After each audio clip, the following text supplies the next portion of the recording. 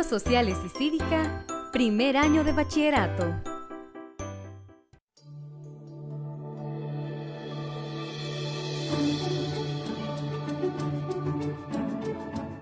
Cultura democrática. Hola, bienvenidos a este espacio Aprendamos en Casa. Hoy es el día de estudios sociales y ha llegado el momento de las personas que están estudiando primer año de bachillerato. Así que por favor, a tomar lápiz y papel y también tomar nota de todo lo que vamos a estar anotando y aprendiendo en este día. Te hago la invitación a que ingreses al sitio oficial del Ministerio de Educación para que puedas bajar la guía respectiva de esta clase.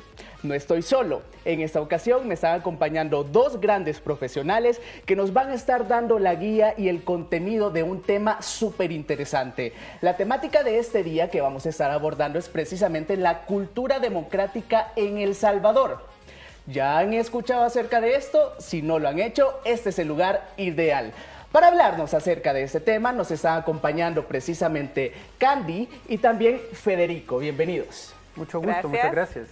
Es un gusto para nosotros que nos están acompañando y precisamente para que ustedes vean también los profesionales en la materia. Federico, por ese lado, fue el ganador del Premio Nacional de Cultura en el año 2018, ¿no es así? Así es, a partir de mis investigaciones como arqueólogo en el occidente de El Salvador. Excelente, son dos grandes profesionales apasionados también de esta materia de estudios sociales. Vamos a iniciar entrando también un poco con el contenido, Candy. Hablemos quizás cuáles son las características que nos pudieran definir la cultura democrática. Muy interesante. Creo que es importante señalar las características principales. ¿Me ayuda, Federico? ¿Cómo no, Candy? Muy ¿Vas bien. a usar la pizarra? Vamos a trabajar en la pizarra, entonces. Bueno, una de las características de la cultura democrática, de la democracia alrededor del mundo, ha sido el derecho de elegir y ser electo. Muy bien. Eso es muy importante, Federico. También podríamos indicar el respeto a los derechos humanos, ¿verdad? ¿Cómo no?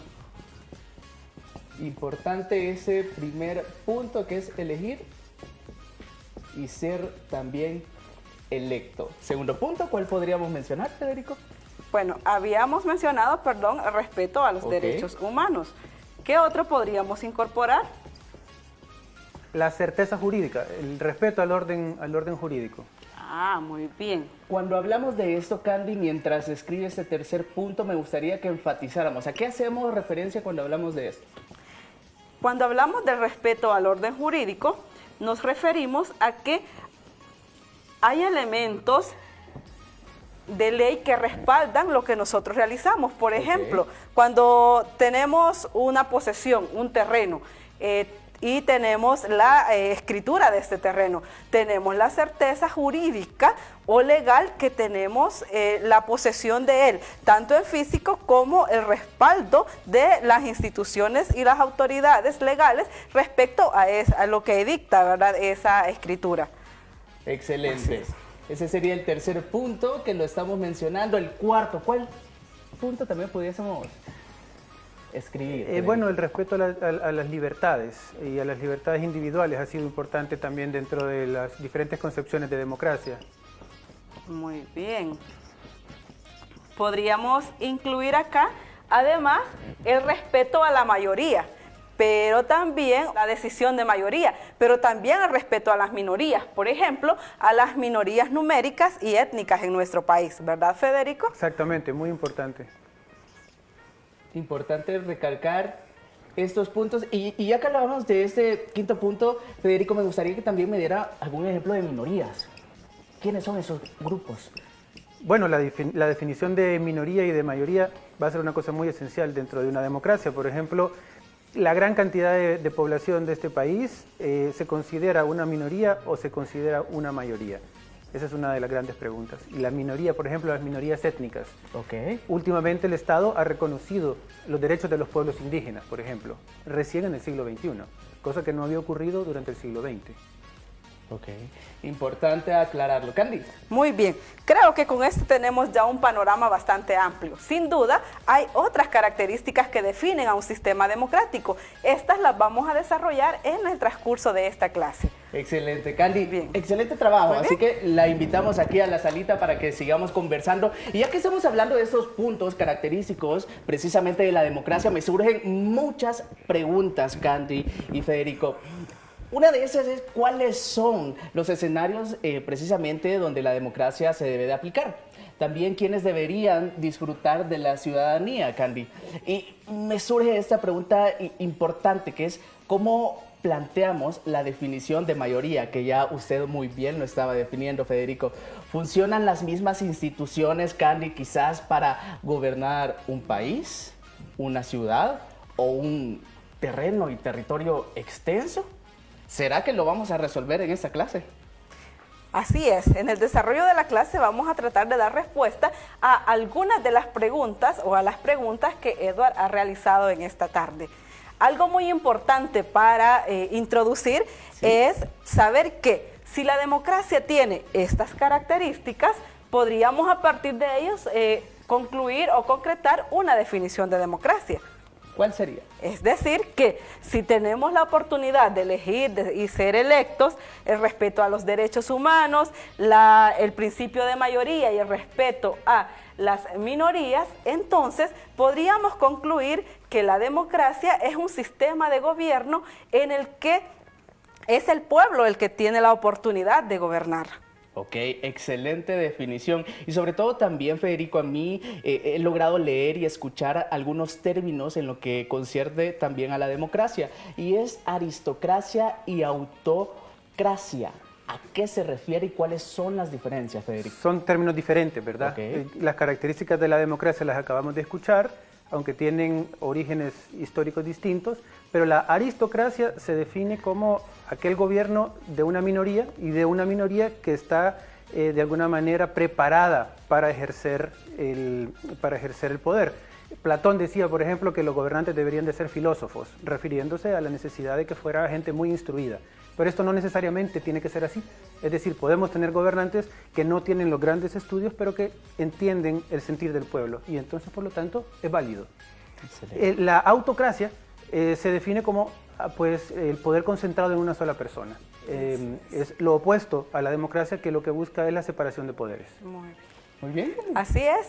También podríamos apoyar a Federico mencionando que en la autocracia no hay contraloría de la sociedad en el Estado. Es el autócrata o el líder el que gobierna, el que decide y el que ejecuta o decide cómo ejecutar las acciones en su lugar de gobierno, ¿verdad? Hay una cosa también importante que es mencionar que cuando hablamos de funciones o de formas de gobierno, estos han variado a través de la historia. Okay. Es decir, que el concepto con el que surge muchas veces no es el mismo con el que se conoce en la actualidad. Ok, y cuando hablamos de democracia, la palabra, la etimología también de democracia, ¿cuál sería? Ah, muy bien, súper interesante. Pues la etimología de democracia viene de la palabra griega democratia, la cual está compuesta con dos palabras, una que es demos, es decir, pueblo, y la otra que es kratos, o sea, gobierno. Por eso es que decimos que la palabra democracia es una palabra compuesta que significa el gobierno del pueblo. Ahora bien, algo interesante sobre el origen de esta palabra es que tiene su fundamento en Atenas. Y justamente está dada para describir a las ciudades-estado. De las ciudades-estado, Federico nos puede hablar de la fotografía que aparece en este momento en sus pantallas. Yo estaba también buscando en el mapa porque sí que tenemos unas fotografías muy lindas. Okay. Y por ejemplo, la ciudad-estado griega es una ciudad-estado que se genera alrededor de un territorio insular, o sea, lleno de islas. Y aquí tal vez podemos ver un poco la región en donde surgen estas primeras ciudades-estado. Y la característica es que tiene alrededor de 500 kilómetros cuadrados en donde está haciendo ejerciendo su soberanía territorial. Esto es bien fundamental porque quienes van a ejercer el derecho ciudadano en Atenas van a ser todos los que viven en Atenas. pero los que no viven en Atenas no son ciudadanos. Es decir, sí. ahí tenemos entonces una democracia por asamblea. Todo el mundo puede llegar, todo el mundo puede levantar la mano en la asamblea y comunicar cuál es su decisión sobre los desacuerdos que puedan tener. Federico, actualmente contamos nosotros con una ciudad-estado. No, Eduard, fíjate que las ciudades-estado dejaron de existir. Es decir, nosotros hoy tenemos una idea moderna de democracia, así le llamamos, la idea moderna de democracia. Y son diferentes. Ok, ¿por qué son diferentes? Son diferentes porque está constituido, primero la modernidad entra con la revolución industrial. También tenemos unas muy bonitas imágenes que tienen que ver con la revolución industrial. Es decir, la máquina de vapor, ahí se genera la modernidad, pero luego se constituye, digamos, la federación, el gobierno federal en Estados Unidos es el que le va a dar impulso a esta idea moderna de democracia, donde la característica va a ser la representación, es decir, las elecciones. No es una asamblea en donde todo el mundo viene a levantar la mano porque son territorios mucho más grandes, entonces es necesario tener representantes. Antes de entrar de lleno en eso del gobierno federal y el republicano, también me surge la idea de cómo podemos nosotros definir al Vaticano. Bueno, es que el Vaticano ciertamente es un lugar bien pequeño y tal vez tiene menos de 500 kilómetros cuadrados en extensión territorial, pero en realidad hay un cónclave que elige al sumo pontífice. Y además, Candy nos puede contar un poco más sobre cómo está estructurada la relación jerárquica y además para llevar en las diferentes instancias la moción de las bases en la Iglesia. Muy bien. Bueno, como Federico mencionaba, en el cónclave se elige al Papa, que es conocido como el representante de Dios en la tierra. Sin embargo, recordemos que este es elegido. Entonces también está actuando en representación de todo el pueblo cristiano, en este caso el pueblo cristiano católico, ¿verdad? Y este es elegido de un grupo de personas que conforman el cónclave, que es lo que ya mencionó. Estos son los nuncios apostólicos. Estos representan a regiones también de diferentes partes del mundo. Los nuncios apostólicos son representaciones de las comisiones episcopales que representan los grupos o las directivas de obispos en un país. También estos representan a los grupos de sacerdotes de las parroquias y estos a las comunidades.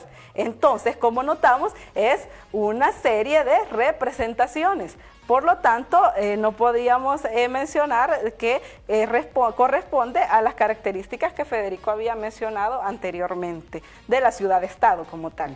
Totalmente. Es un estado moderno, pues hay que decir. Así es. Es decir, es un estado moderno, no es un estado arcaico. Y anteriormente, Federico, habías mencionado algo súper importante, que es eso del gobierno federal y el gobierno republicano. ¿Cómo lo pudiéramos definir y cuáles características son de cada uno? Bueno, una república se define porque las magistraturas son de corta duración. Esto quiere decir de que cualquiera que sea electo para ser presidente, por ejemplo, tiene un periodo específico para ser electo y hay reglas mediante las cuales se podría reelegir o no, pero ya no se puede presentar de manera prolongada e indefinida. Esto es, digamos, algunas democracias funcionan así, la mayoría. Y lo otro es que no puede haber carácter hereditario en estas investiduras. Ahí está la gran diferencia y la gran importancia de tener un gobierno que no es hereditario. Es decir, imagínate si el gobernante tiene un hijo que no está apto para gobernar, entonces el Estado entra en un gran problema. Esta es la característica del republicano. Y el federal, la característica de los federales es que hay dos soberanías. El Estado, que tiene una separación de poderes, pero sobre ella hay una soberanía del gobierno federal. El gobierno federal va a estar encima, entonces, de una estructura estatal. Ok, nosotros en la historia tenemos también un ejemplo de gobierno federal con la Federación Centroamericana. Sí, nuestra Federación Centroamericana fue posterior a la independencia de Centroamérica de España y constituyó una región con mucho potencial y además que dio pasos bien importantes hacia plantear cómo debería de ser la forma de gobierno, y era federal precisamente. De no haber entendido la necesidad de hacerle caso, digamos, al gobierno federal, fue que comenzaron las guerras que dieron al traste con la Unión Centroamericana, con la Federación Centroamericana. ¿Por qué pudiéramos decir, Candy, que fracasó la Federación Centroamericana? Es muy importante, y como hemos estudiado en las clases de estudios sociales también, nos hemos dado cuenta que las divisiones internas dentro de los estados, llamémoslo así, que conformaban la federación, fueron las que llevaron a la ruptura. Pero esto se dio porque no alcanzamos a comprender la importancia de que una fusión o una unión de fuerzas económicas, políticas, sociales, podría hacer de esta región una región potente, de potente desarrollo económico. Es que éramos la región que iba a conectar los dos océanos y todavía la somos. Así es. Entonces los primeros centroamericanos dijeron, aquí se van a desarrollar ciudades más importantes que Nueva York, por ejemplo. Pero ¿qué nos pasó? Nos pasó que el bien común, para que todo el mundo tuviera acceso a este gran bien común, también teníamos que ceder pedazos de nuestra soberanía. Y como esto no funcionó de esa manera, es que se nos dificultó mantenernos como una federación hasta la fecha. Ya que hablamos de soberanía, ¿me pudiesen explicar el concepto de soberanía dual? Es la característica de la federación, ¿verdad? Okay. En la soberanía dual tenemos un gobierno federal que es, por ejemplo, el que colecta los impuestos. Y el que, si usted no paga los impuestos como Estado, se los va a exigir y va a hacer que cumpla. Entonces hay una separación de funciones entre lo que es el Estado nacional y el Estado federal. Eso es a lo que se refiere una soberanía dual. También es importante mencionar que el Estado como tal, el que está supeditado a este Estado federal, tiene o puede tener división de poderes. Eso no altera. Simplemente o estrictamente tiene que estar también normado por el gobierno federal. ¿Eso es lo mismo de que la separación de poderes? Así es. Ok, bueno, interesante conocer también si son iguales los derechos, Candy, en este sentido de los ciudadanos en todos los estados, ¿será? Muy buena pregunta, Edward. Bueno, creo que es importante remitirnos a una parte histórica y es a la Declaración de los Derechos del Ciudadano. Bueno, es importante recordar que con la Revolución Francesa se emitió la Declaración del Hombre y del Ciudadano en 1789. Esta tenía la consigna de libertad, igualdad y fraternidad, y con ella se buscaba la abolición de la esclavitud y también el derecho a reconocer a todos los ciudadanos por igual. Sin embargo, hay una situación bien complicada cuando vamos a analizar esta declaración, ya que algunos derechos que fueron dados a unos les fueron negados a otros. Y esto lo podemos ver, o esta contradicción es muy evidente cuando las colonias de esclavos del Caribe se levantan a exigir sus derechos y logran a partir de la fuerza la abolición de la esclavitud. Creo que Federico nos puede comentar con detalle este caso. Sí, tenemos una lámina bien interesante en donde vemos a Napoleón a caballo y a Toussaint Louverture, que es el liberador de Haití. Los esclavos entonces se rebelan en contra de los franceses y les dicen, ustedes están diciendo que quieren libertad, igualdad y fraternidad, pero nosotros también queremos eso. Okay. Y para eso necesitamos abolir la esclavitud. Y claro que los franceses en ese momento ya habían alcanzado conceptualmente la necesidad de que el hombre fuera libre, pero cuando afectaba sus intereses económicos, entonces no necesitaban que hubiera una colonia de esclavos diciendo vamos a ser independientes y vamos a ser libres.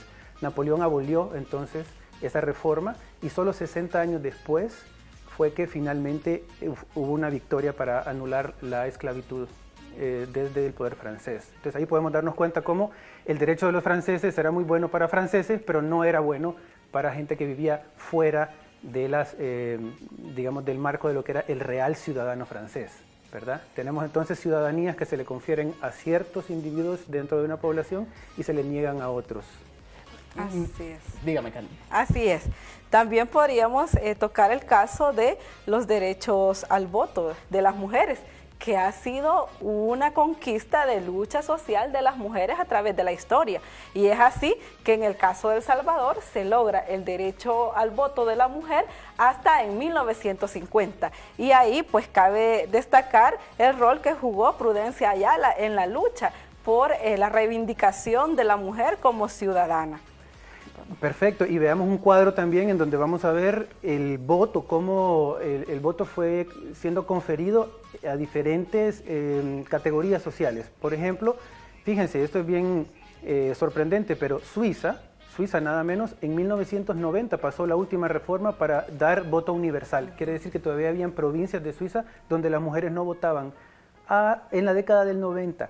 Entonces aquí podemos ver la evolución del voto y la definición va a ser quién tiene derecho a votar, quién es ciudadano pleno y quién no va a ser ciudadano pleno. Realmente estoy abrumado con toda la historia y todo el conocimiento que nos están compartiendo Candy y Federico. Y me surge esta pregunta, teniendo todo ese contenido, ¿por qué se dice que tenemos una democracia que aún sigue en construcción, sabiendo toda esta historia? Bueno, precisamente porque estos derechos es necesario tenerlos todo el tiempo en el tapete de la negociación y solamente exigiendo los derechos es que se consiguen. Es decir, los derechos no te los vienen a regalar, sino que es necesario construirlos y además construir una cultura democrática. De eso se trata el programa de hoy, de cómo la convivencia nos va a permitir ponernos de acuerdo y nos va a permitir, bueno, tal vez no ponernos de acuerdo porque podemos estar en desacuerdo, pero saber que lo vamos a hacer en el marco de unas reglas de convivencia. Excelente. Así Candy, es. ¿cuál será entonces el objetivo por el que existe la democracia? Muy buena pregunta también. El objetivo de la democracia es, en pocas palabras, que como sociedad podamos vivir mejor, que tengamos regulaciones y que podamos generar normas de convivencia. Ahora bien, entonces el objetivo es vivir bien. Ahora, si vivir bien implicaría asumir otro sistema que no fuese la democracia, también se puede tomar en cuenta, todo y cuando no transgreda los derechos de las personas. Tenga en cuenta el respeto a los derechos humanos y tenga en cuenta también la diversidad en la que nos comunicamos y convivimos como sociedad. ¿Cómo hacer entonces, Federico, una cultura de democracia? Bueno, primero hay que decir de que en este país, en 1944, con la caída del general Martínez, se comienza un proceso para construir una democracia y tenemos el periodo tan fuerte que es el periodo de las dictaduras militares y luego la guerra civil. Y es justo cuando termina la guerra civil que se abre un panorama para poder establecer pues, normas para un juego democrático. Por eso es que somos una democracia joven. Nosotros no podemos decir que somos una democracia consolidada. Todavía nos cuesta estar en desacuerdo y por eso es que hay que atender a lo que dice nuestra Constitución, que es que somos un gobierno republicano, representativo y la otra característica, Democrático. y democrático. Así es. Podríamos nosotros también revisar en nuestra Constitución de la República en el artículo 85 y ver que en nuestra ley principal está constituido que somos un gobierno democrático como país. Y ya que hemos dicho que la democracia reside en el gobierno del pueblo, es importante que nosotros ejerzamos a través de la participación nuestros derechos ciudadanos. También es importante recordar que antes estos derechos solo eran conferidos al hombre blanco y con propiedades. Ahora que se ha dado un derecho universal al voto, hay otros espacios que conquistar. Ahora ya votamos las mujeres. Ahora ya podemos ser electas las mujeres. Ahora ya votan los campesinos y pueden ser electos. Pero hay otras minorías que es necesario que sean visibilizadas en nuestra población. Por ejemplo, los pueblos indígenas, la población LGBTI y otras minorías que deben ser tomadas en cuenta porque también son sujetos de derecho. Y digo también recalcándolo porque en ocasiones los dejamos al margen y es necesario darles las libertades que merecen. Entonces, ¿cómo podríamos definir, Federico, que los ciudadanos, los adolescentes y los jóvenes que nos están sintonizando se pueden involucrar en una cultura de la democracia? Primero con la participación.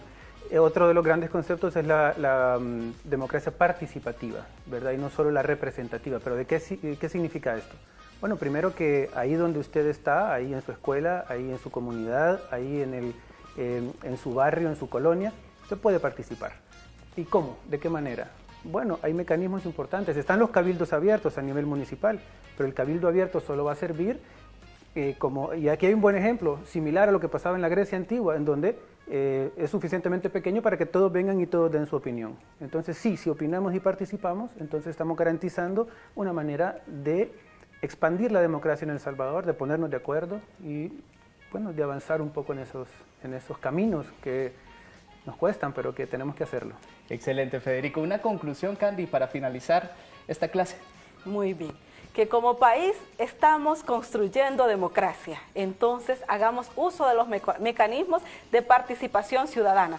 Y ya tenemos ejemplos en el país como las comunidades de Tacuba que lucharon por el derecho básico del agua. Tenemos otro ejemplo claro, que es la lucha antiminera, en el que hace algunos años la sociedad salvadoreña se integró para exigir y luchar por el bien común. Entonces, estos son ejemplos que nos animan a seguir luchando desde nuestro contexto, a participar activamente para transformar nuestra realidad. Excelente, gracias Federico, gracias Candy por habernos acompañado. Es así como nosotros finalizamos la clase de primer año de bachillerato. Comentarles que esta clase, al igual que todas las otras clases de esta materia, estudios sociales, como las demás materias de esta semana, quedan en el sitio oficial, en el Facebook oficial de Televisión de El Salvador, para que usted pueda hacer un repaso luego de haber visto esta clase, sin importar de qué grado es usted. Es así como finalizamos, agradeciéndolos. Nos vemos el próximo jueves. Adiós.